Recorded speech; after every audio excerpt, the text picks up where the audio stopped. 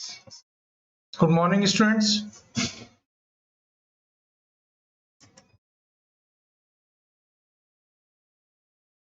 Good morning, sir. All right. कल हमने जो शुरुआत की थी वो कुछ कारणवश नेटवर्क की प्रॉब्लम की वजह से हम नहीं कर पाए थे पूरा, तो इसको अपन आज फिर से शुरू करेंगे। Input, output and transfer impedances of A 4 terminal network. ठीक है, इनपुट मतलब निवेशी, आउटपुट मतलब निर्गम, निवेशी, निर्गम और ट्रांसफर मतलब अंतरित। ठीक है, तो निवेशी,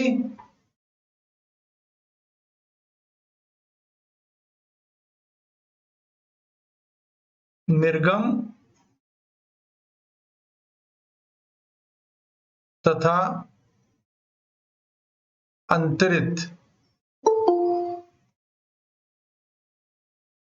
अंतरित प्रतिबाधाएं।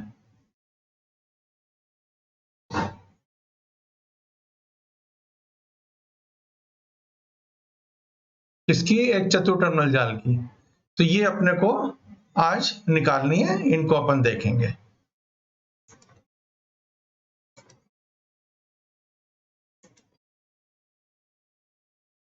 तो इसके लिए चलिए एक 4 टर्मिनल नेटवर्क ले लेते हैं।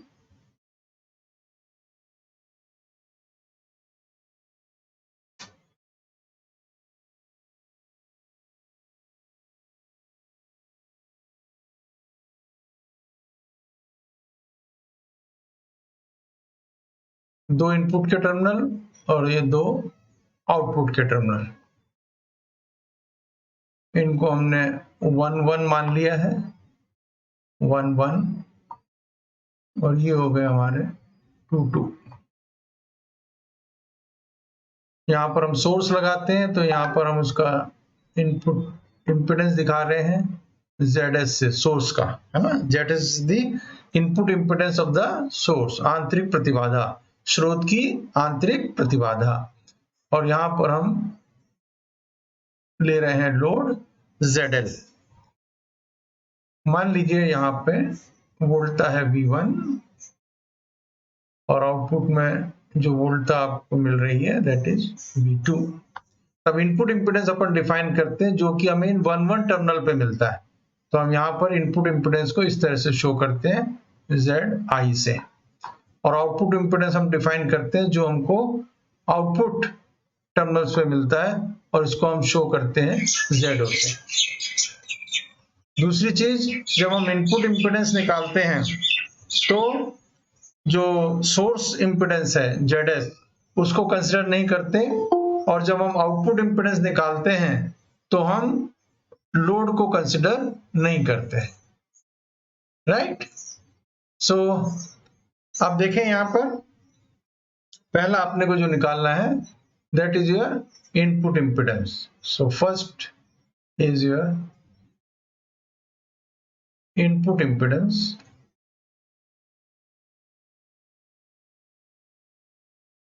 ZI। ओके, अब ZI अपन कैसे डिफाइन करेंगे? ZI आप जानते हैं इम्पीडेंस है, प्रतिबाधा है, तो वोल्टेज अपॉन करंट, तो अपन इसको लिख सकते हैं ZI that is equal to V1 upon I1। ये हो गया हमारा इनपुट इम्पीडेंस की डेफिनेशन के अनुसार। अब हमने Z पैरामीटर देखे थे, Z पैरामीटर हमने रिलेशन देखा था V1 is equal to Z11 I1 plus Z12 I2, ये रिलेशन अपन ने देखा था। ठीक है, तो यहां से हम V1 अपॉन I1 लिख सकते हैं, क्योंकि ZI V1 अपॉन I1 है, तो अपन लिख सकते हैं ZI that is equal to V1 upon I1 and that will become Z11 plus Z12 into I2 upon I1, right. अब हमारे पास I2 upon I1 है जिसको अपन को Z के रूप में पाना है, तो इसलिए हम क्या करेंगे, दूसरे रिलेशन का इस्तेमाल करेंगे, है ना, I2 upon I1 को प्राप्त करने के लिए। तो हमारे पास है V2 that is equal to Z21 I1 plus Z22 I2। ठीक है, ये रिलेशन है। इससे अपन जो है I2 अपॉन I1 निकालने की कोशिश करते हैं। तो हम यहाँ आउटपुट टर्मिनल में ये भी देखते हैं कि जो V2 अपॉन I2 है that is your ZL, right? V2 upon I2 that is your ZL, but with a minus sign. Minus sign क्यों? क्योंकि यहाँ पर जो करंट है I2 और यहाँ जो करंट है I1, ये दोनों एक दूसरे के अपोजिट है ना, साइन इनके अपोजिट है, इसलिए अपन V2 अपॉन I2 को क्या लेंगे? Minus ZL। अब V2 अपॉन I2 अपन इस इक्वेशन से भी निकालने जो अभी हमने लिखी है, तो यहां से जो V2 की इक्वेशन अपन ने लिखी है, इस इक्वेशन से यहां से अपन लिख सकते हैं V2 upon I2 which is also minus ZL ऊपर की इक्वेशन के अनुसार, and that will be equal to Z21 I1 upon I2 plus Z22। Okay, तो अब यहां से अपन I2 अपॉन I1 मिल जाएगा, तो अपन चलिए इस टर्म को अलग ले लेते हैं। Z21 I1 upon I2 that will be equal to minus Z22 plus ZL। Okay, so I2 upon I1 क्या हो जाएगा? I2 upon I1 that will be equal to minus Z21 upon Z22 plus ZL। This is I2 upon I1। अब इस I2 upon I1 का मान हम इस equation में रखें, है ना, इस इक्वेशन में, तो हमें मिल जाएगा यहां से Zi that will be equal to Z11 और ये प्लस का माइनस हो जाएगा, तो minus Z12 into Z21 divided by Z22 plus ZL। Alright, तो ये मिल गया आपको इनपुट इंपिडेंस का relation. Okay, this is the relation for input impedance, निवेशी प्रतिबाधा। समझ में आ गया? यहां तक किसी को कोई डाउट है?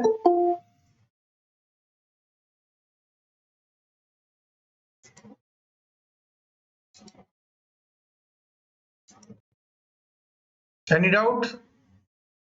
No doubt. ओके, तो आगे चलते हैं आउटपुट इंपिडेंस के ऊपर। अब आउटपुट इंपिडेंस अपने को निकालना है, तो आउटपुट इंपिडेंस में मैंने क्या बताया कि हम ZL को कंसीडर नहीं करेंगे, हम ZS को कंसीडर करेंगे। तो आउटपुट इंपिडेंस निकालने हैं, उसके लिए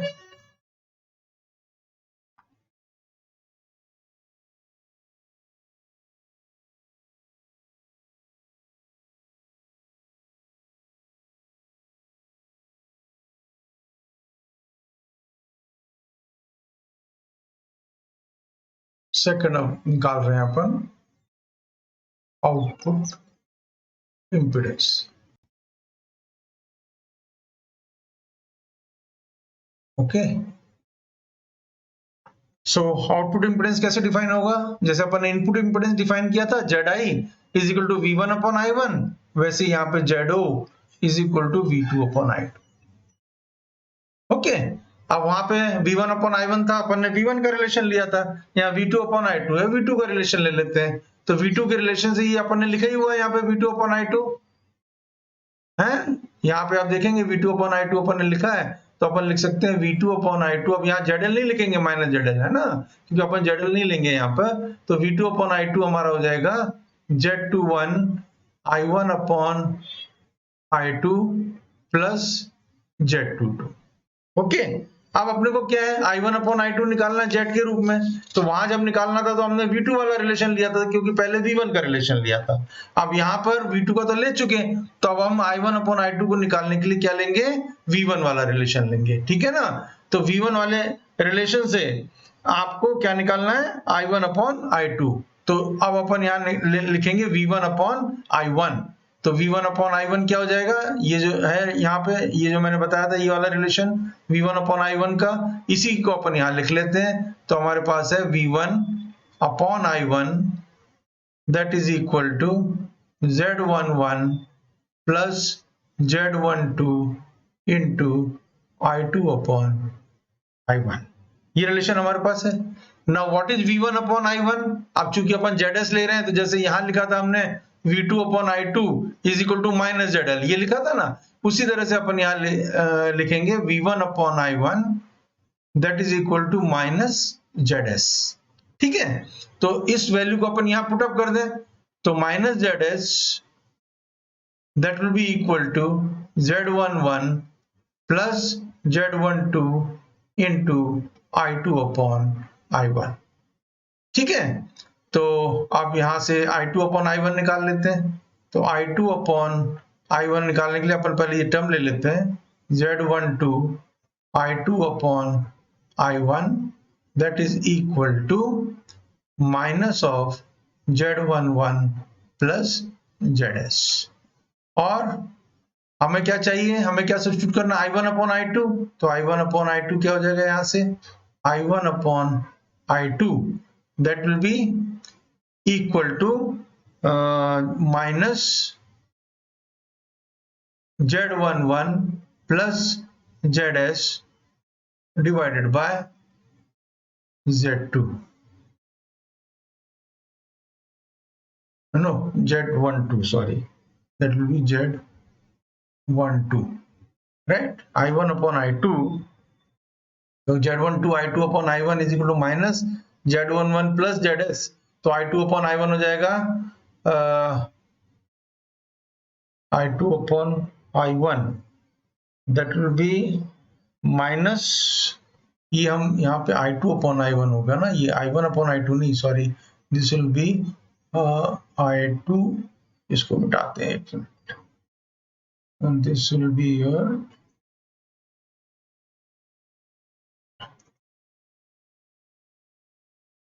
this will be I2 upon I1। Okay, अब यहां से अपन ने I2 upon I1 निकाल लिया, इस मान को I2 upon I1 को I1 upon I2 के रूप में हमें इस रिलेशन में लिखना है। ठीक है, तो यहां से अपन लिख सकते हैं कि V2 upon V1 कहाँ गया, V2 upon I2, that is there, so we can write ZO, so let us write, now we can write ZO that is equal to V2 upon I2, और V2 upon I2 हमारा क्या है, V2 upon I2 अपन देखे हैं तो ये है हमारा Z21 I1 upon I2 plus Z22 है ना, तो ये लिख देंगे अपन, यहाँ पर Z22 तो पहले लिख लेते हैं, यहाँ पे लिख लेते हैं Z22, और उसके बाद ये हो जाएगा माइनस, सो और ये चला जाएगा ऊपर। Okay, so V2 upon I2 that will be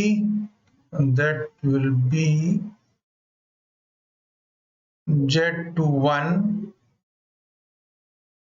sorry Z22 minus Z21 into Z12 divided by Z11 plus ZS। ठीक है, ये आ गया आपका ZO का expression, Z22 minus Z21 into Z12 divided by Z11 plus ZS। सो इसको थोड़ा सा ठीक से लिख दें, आपका ये हो जाएगा Z22, this will be Z22। Okay, so this is the expression for ZO, output impedance। ठीक है, तो अब हमने इनपुट इंपेडेंस निकाल लिया, आउटपुट इंपेडेंस निकाल लिया, अब रह गया तीसरा क्या हमारा, ट्रांसफर इंपेडेंस, मतलब अंतरित प्रतिबाधा। सो तीसरी हमारी जो है that is transfer impedance.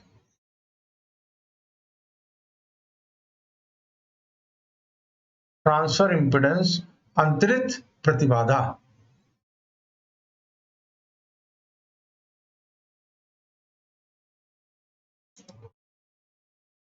Alright, now अंतरित प्रतिबाधा क्या है, अंतरित प्रतिबाधा है एक जो आपका टर्मिनल है, जैसे इनपुट टर्मिनल, तो इनपुट टर्मिनल की अपन वोल्टेज ले लें और आउटपुट टर्मिनल की हम धारा ले लें और उनका रेशो निकाल लें, तो वो क्या हो जाएगा, अंतरित प्रतिबाधा हो जाएगी। तो यहां पर अपन इसलिए लिखते हैं इसको ZT मतलब ट्रांसफर इंपेडेंस, और 1-2 मतलब 1-2 के बीच का, तो ZT12 that will be equal to V1 upon I2। समझ में आ गया?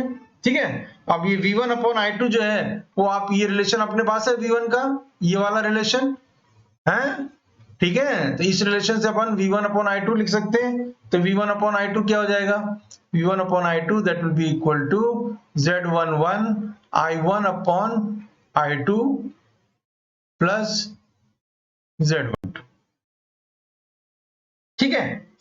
नाउ I1 अपॉन I2 अपन ने निकाला हुआ, I2 अपॉन I1 निकाला ना, यहाँ पे ये I2 अपॉन I1 निकाला हुआ है, देखिए I2 अपॉन I1। सो I2 अपॉन I1 हमारे पास है I2 upon I1 that is equal to minus Z21 upon Z22 plus ZN। ये हमने निकाला हुआ है, ठीक है ना। तो इससे हम I1 upon I2 का मान यहां रख दें तो हमको जो है ZT12 मिल जाएगा। तो इस मान को रखें तो देखिए क्या मिलेगा, अपने को मिल जाएगा ZT12 that is equal to Z12 पहले लिख लेते हैं क्योंकि यहाँ माइनस साइन आएगा, माइनस माइनस क्या हो जाएगा, ये ऊपर चला जाएगा, तो this will be Z11 into Z22 plus ZL divided by Z21। So this is the expression for transfer impedance, है ना। ये हो गई आपकी अंतरित प्रतिबाधा का एक्सप्रेशन मिल गया आपको। कोई डाउट बेटा यहां तक किसी को? Any doubt?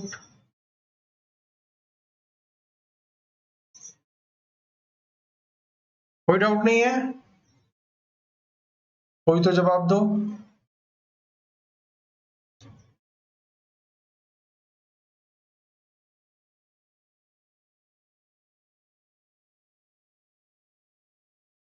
Okay, so now we come to very important topic. इसका इस्तेमाल आप पूरी बुक में करेंगे, इलेक्ट्रॉनिक्स की बुक में, और वो टॉपिक है हमारा equivalent circuits in terms of Z, Y and H parameters. Equivalent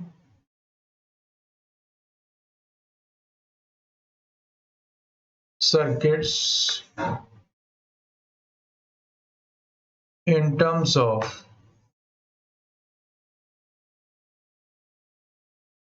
Z, Y and H parameters।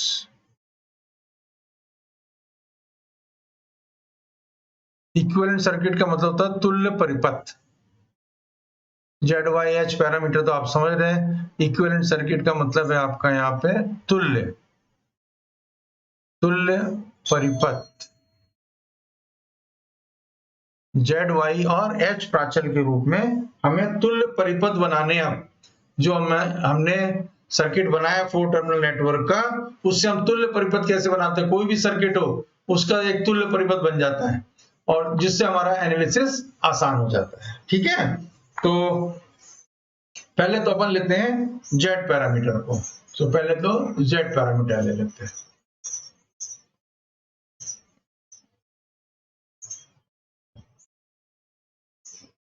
Z parameters, ठीक है।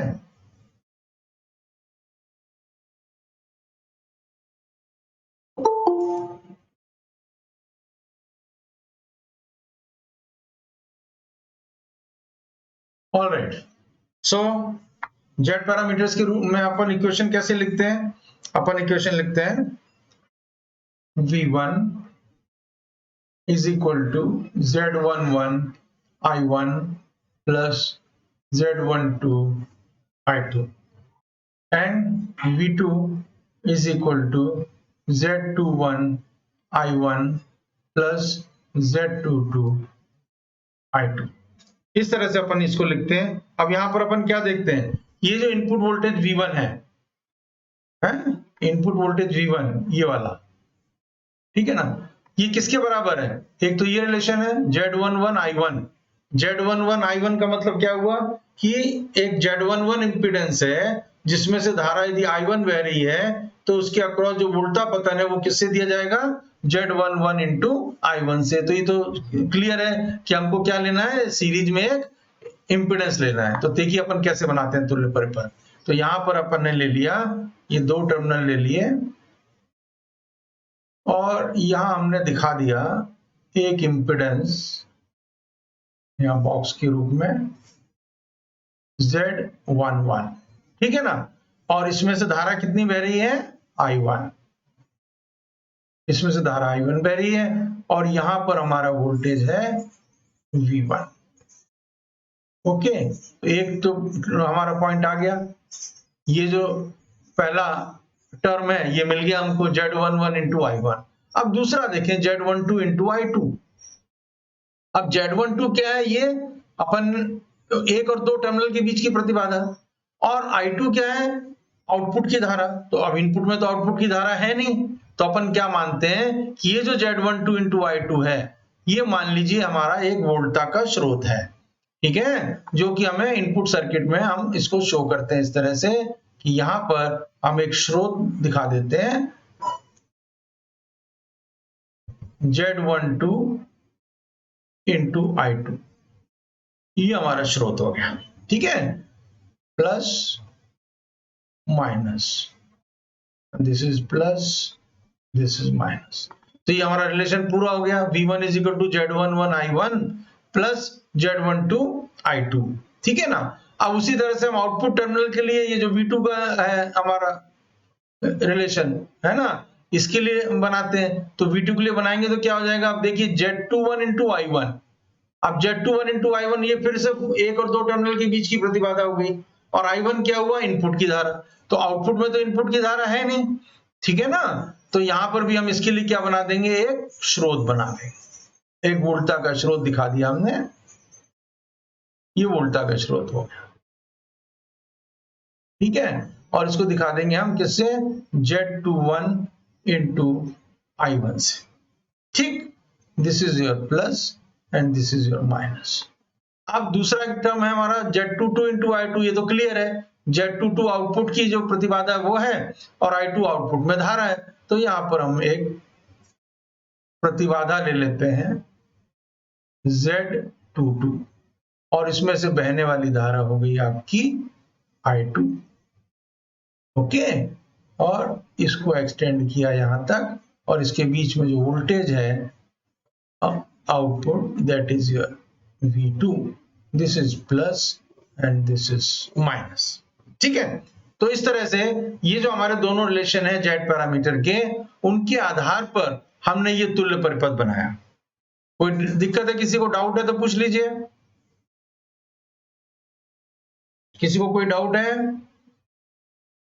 जवाब दीजिए, हाँ या ना, नो, क्लियर है, ओके। हाँ, इसको अच्छी तरह समझ लीजिएगा, ये पूरे आपके यूज करेंगे आप अपनी इलेक्ट्रॉनिक्स में। अब हम क्या है यहाँ पर हम क्या देख रहे हैं कि यहाँ पर दो वोल्टेज हो गए है ना, वोल्टेज सोर्सेज, एक Z12 इंटू I2 और दूसरा Z21 इंटू I1। ये दो सोर्सेज की जगह हम अब एक सोर्स लगाना चाहते हैं, ठीक है ना। तो उसके लिए हम थोड़ा सा मैनिपुलेशन करते हैं इक्वेशन में और एक अलग सर्किट बनाएंगे। तो चलिए देखें कैसे मैनिपुलेशन करते हैं। तो पहले अपन पहली इक्वेशन ले लेते हैं, V1 that is equal to Z11 I1 plus Z12 I2, ठीक है। अब इसमें हम क्या करेंगे, कुछ जोड़ेंगे और कुछ घटाएंगे, मतलब जो चीज जोड़ेंगे वही चीज अपन इसमें से घटा देंगे। तो यहाँ पर अपन इसको इसलिए इस तरह से लिखते हैं, देखिए Z12 I1 minus Z12 I1, कोई दिक्कत नहीं है, कर सकते हैं अपन ये, है ना, plus Z12 I1 minus Z12 I1। अब देखिए इनमें कैसे जोड़ तोड़ करते हैं हम। अब यहां पर अपन इसको लिख सकते हैं I1 इंटू Z11 है हमारे पास, ये वाला टर्म, इससे लिख लिया हमने I1 इंटू Z11, ठीक है ना। और दूसरा टर्म हमारे पास यहाँ पे देखिए लास्ट वाला, ये वाला टर्म है माइनस Z12 I1, तो इससे लिख दिया हमने यहाँ पे माइनस Z12, कोई दिक्कत नहीं है, ये दो टर्म ले लिए। अब बचे दो टर्म, इन दो टर्म को अपन ने लिख लिया प्लस, दोनों के साइन प्लस है तो ये प्लस हो गया, ठीक है ना। प्लस क्या हो जाएगा I1 plus I2 into Z12। समझ में आ गया? कोई दिक्कत किसी को? क्लियर है? ठीक है। तो अब हमने देखिए इसमें क्या किया, I1 प्लस I2 ऐसा हमने एक वो बना लिया कि जिसमें I1 और I2 दोनों जुड़ जाए, मतलब I1 इनपुट से आएगा और I2 आउटपुट से आएगा, और किसके थ्रू बहेगा, Z12 इम्पिडेंस जो है उसके थ्रू बहेगा। ठीक है, तो ये तो हमने V1 की इक्वेशन बना ली। अब इसी तरह से अपन V2 की इक्वेशन बनाते हैं। तो V2 को अपन लिख सकते हैं, V2 क्या है हमारे पास, Z21 I1 plus Z22 I2, ये तो है ही ऑलरेडी हमारे पास। अब इसमें हम पहले तो यही जाने जो टर्म हमने इसमें जोड़े थे ऊपर, वही यहां पर कर देते हैं काम, तो वही जोड़ने घटाने का काम यहां कर दें, तो plus Z12 I1 minus Z12 I1, इसमें तो कोई दिक्कत नहीं। अब उसके साथ साथ अब हम यहाँ पर I2 के टर्म भी जोड़ देते हैं ना, तो यहाँ पर हम क्या करेंगे, plus Z12 I2 minus Z12 I2। Clear हो गई बात? ये और जोड़ दिया हमने इसमें और घटा दिया, तो इक्वेशन तो वैसी ही रही। अब इसको चलिए यहां लिखते हैं,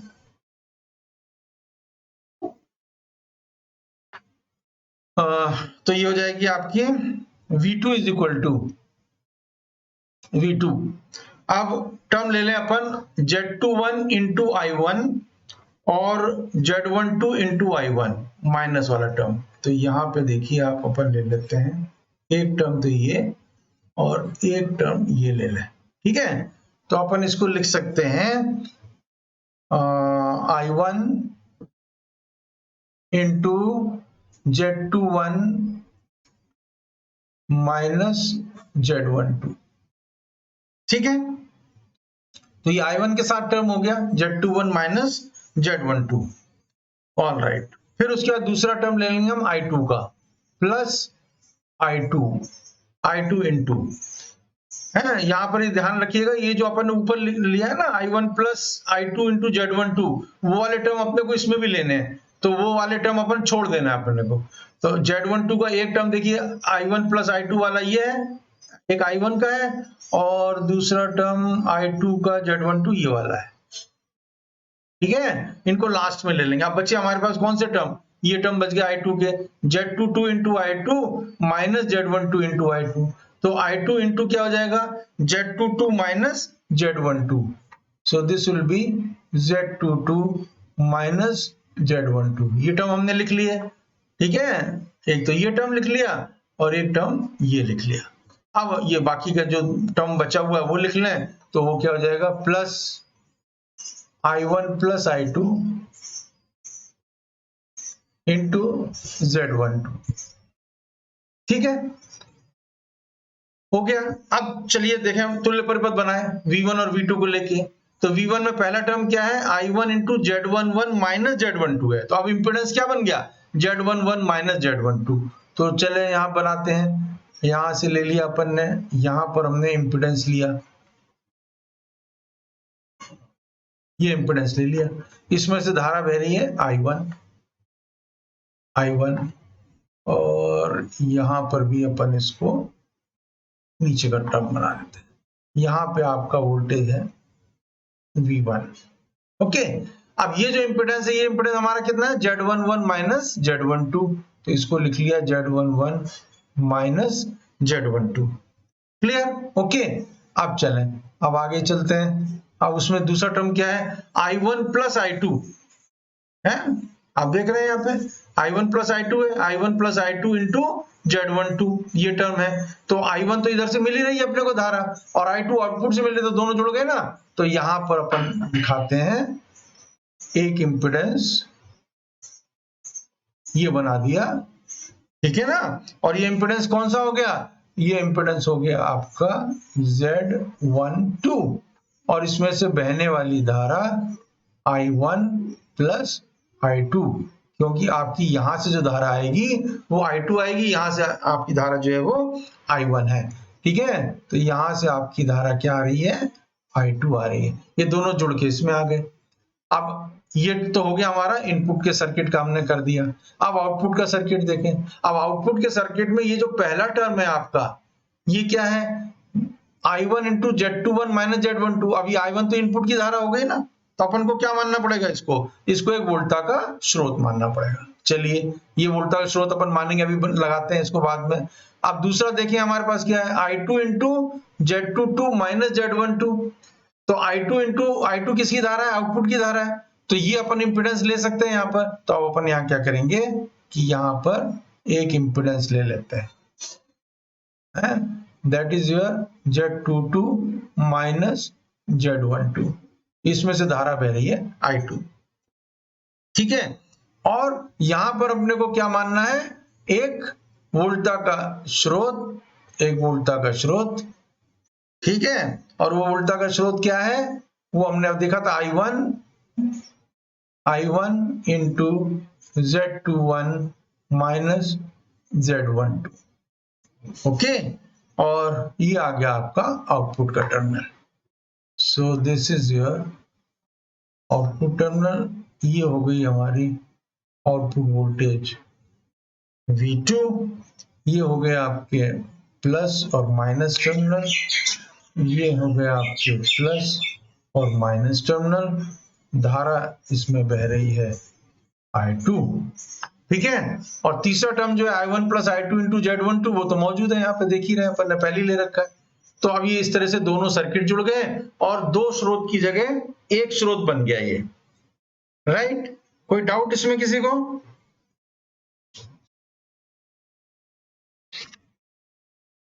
any doubt?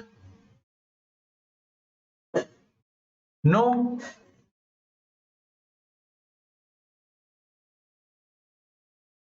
Okay, so now we move to y parameters. Y parameters, ठीक है ना। अब y पैरामीटर्स हमारे क्या कहते हैं, y पैरामीटर्स के अनुसार आपकी जो relation I1 that is equal to y11 into V1 plus y12 into V2 and I2 is equal to y21 into V1 plus y22 into V2. Okay, so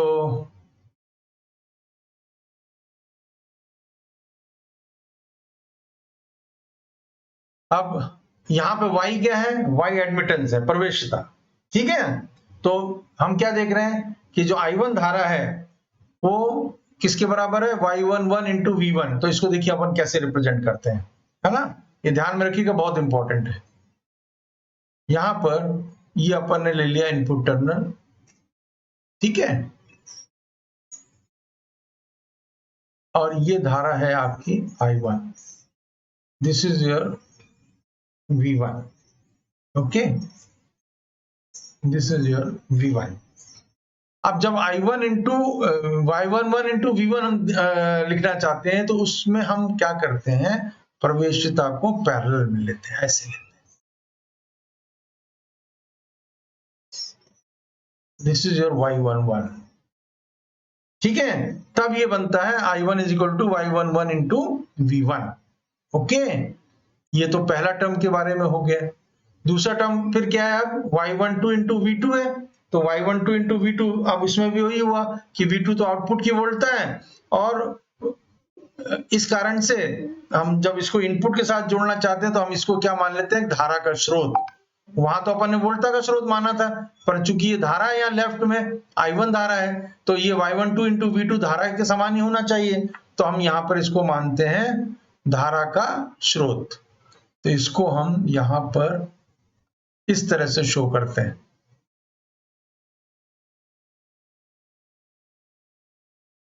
right. और ये हो जाएगा हमारा y12 इंटू V2, ठीक है। ये धारा का स्रोत बन गया। अब आउटपुट टर्मिनल में भी अब इसी तरह से y21 इंटू V1 इनपुट की वोल्टता है, तो ये भी एक धारा का स्रोत होगा। इसको हम इस तरह से दिखाते हैं यहाँ पे,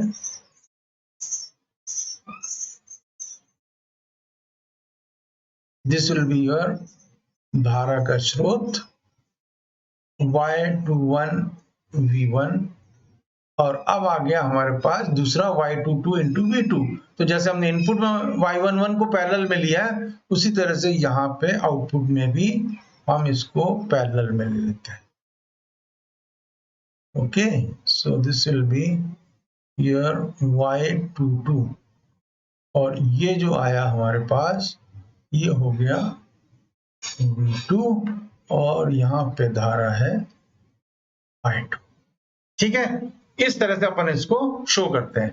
इसके अपन बाकी चीजों में नहीं जाएंगे क्योंकि वो इंपॉर्टेंट नहीं है, इसका भी हम ज्यादा यूज नहीं करते। इसमें सिर्फ एक चीज ध्यान में रखनी है आपको कि धारा का स्रोत जब भी हम कंसिडर करते हैं तो वहां पर फिर हम ये प्रवेश्यता जो लेते हैं उसको हम पैरेलल में लेते हैं, ये ध्यान में रखें, है ना। और धारा का स्रोत किस तरह से दिखाते हैं, इस तरह से, ये जो एरो हमने बनाया यहाँ पे, इस तरह से धारा के स्रोत को दिखाते हैं। ठीक है, तो ये तो हो गया आपका किसका, y पैरामीटर का। अब इसी में अपन जो है h पैरामीटर और देख लें तो ये हमारा कंप्लीट हो जाएगा। ठीक है ना, third one that is h parameter. अब h पैरामीटर में दोनों का मिश्रण है, वहां पे वोल्टता का स्रोत भी आएगा और धारा का स्रोत भी आएगा। और ये जो हम इक्विवेलेंट सर्किट बनाएंगे, ये इक्विवेलेंट सर्किट जो है आपके आगे इलेक्ट्रॉनिक्स के सर्किट्स में ही हम यूज करते हैं एच पैरामीटर वाला सर्किट। ठीक है, तो इसको आप अच्छी तरीके से आपको ध्यान में रहना चाहिए, याद हो जाना चाहिए। तो एच पैरामीटर्स के लिए रिलेशन क्या है हमारे पास, V1 that is equal to H11 I1 plus H12 V2।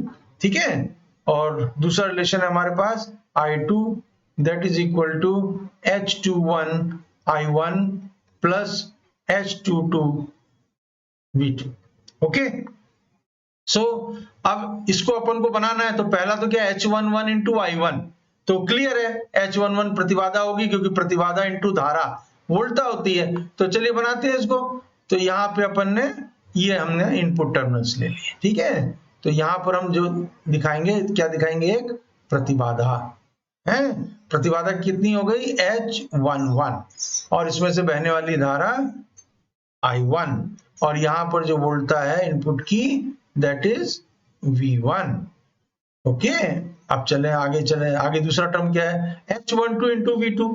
तो H12 इंटू V2 क्या हो जाएगा, ये किसके बराबर है, V1 के बराबर है, मतलब ये वोल्टता का स्रोत हो गया, है ना। H12 इंटू V2 क्या हो गया, वोल्टता का स्रोत हो गया। तो जैसे अपन ने जेड पैरामीटर में वोल्टता का स्रोत दिखाया था, वैसे यहां पर भी हम एक वोल्टता का स्रोत दिखा देंगे, that is your H12 into V2 plus and minus, plus and minus। Okay, अब चलें, ये इनपुट का सर्किट हो गया। अब आउटपुट में देखें, I2 is equal to H21 into I1। अब ये देखिए धारा का एक्सप्रेशन है, मतलब y पैरामीटर के रूप में है। तो यहाँ पर H21 और H22 क्या है, y पैरामीटर के रूप में है।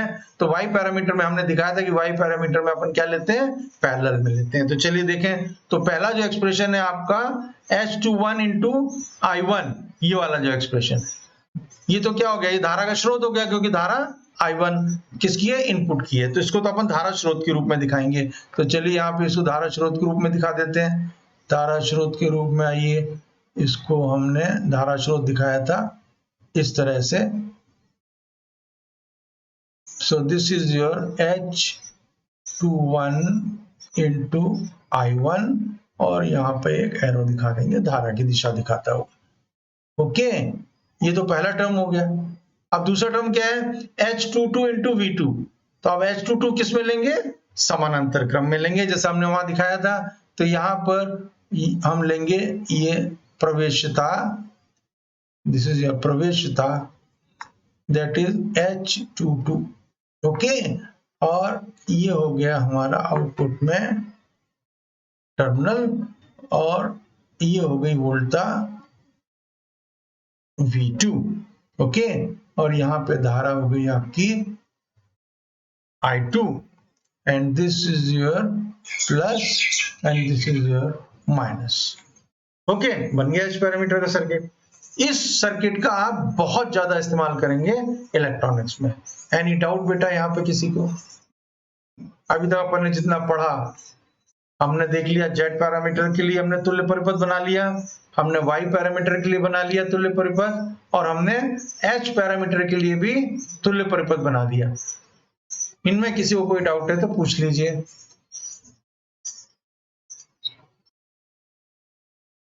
जवाब नो। और आप लोगों ने मेरे चैनल को सब्सक्राइब किया है कि नहीं किया? नहीं किया तो मैंने भेजा था, आप लोगों को मैसेज भेजा था, ध्यान है? हाँ, तो जिसने नहीं किया वो सब्सक्राइब कर लो, जिससे कि जब भी इसमें वीडियो डाउनलोड होगा ना, जैसे ही अपलोड होगा यूट्यूब पर, तो आपको वो तुरंत मालूम पड़ जाएगा कि अपलोड हो गया उसमें, है ना? तो आप उसको देख सकते हैं। मैं आपके जो लेसन है वो डाल भी रहा हूँ आपके यूट्यूब चैनल पे, जिससे कि आप उनको देख सकें, ठीक है ना? और उसके साथ साथ मैंने मेरा ऐप भी बताया था आपको, VSS एजुकेशन, तो इसका जितना टेक्स्ट मटेरियल है वो आपको उस पर मिल जाएगा, है? क्योंकि जो सिर्फ इक्वेशन नहीं लिखनी, जब आप आंसर लिखेंगे एग्जामिनेशन में तो सिर्फ इक्वेशन लिखोगे तो आपको नंबर पूरे नहीं मिलेंगे। आपको ये जो बीच बीच की जो मैं बोल रहा हूं वो भी आपको उसमें लिखना पड़ेगा। समझ में आ गया? तो वो आपको उसमें मिल जाएगा, ठीक है? तो उसको भी आप VSS एजुकेशन जो है ऐप, उसको डाउनलोड करें प्ले स्टोर से और उसमें रजिस्टर करें अपने आप को, और उसमें जो आपके काम की चीजें हैं उनको आप उसमें से लें। Okay, alright, okay then. तो कल अब कल तो नहीं है लेक्चर, है ना? जो नेक्स्ट लेक्चर होगा उसमें अपन आगे अब थ्योरम्स पढ़ेंगे, बहुत इंपॉर्टेंट थ्योरम्स हैं, 4-5-6 थ्योरम है, वो आपको उनमें से कोई ना कोई एक थ्योरम तो एग्जामिनेशन में आता ही है और उसके ऊपर प्रॉब्लम भी आता है, ठीक है? तो that will start in the next lecture.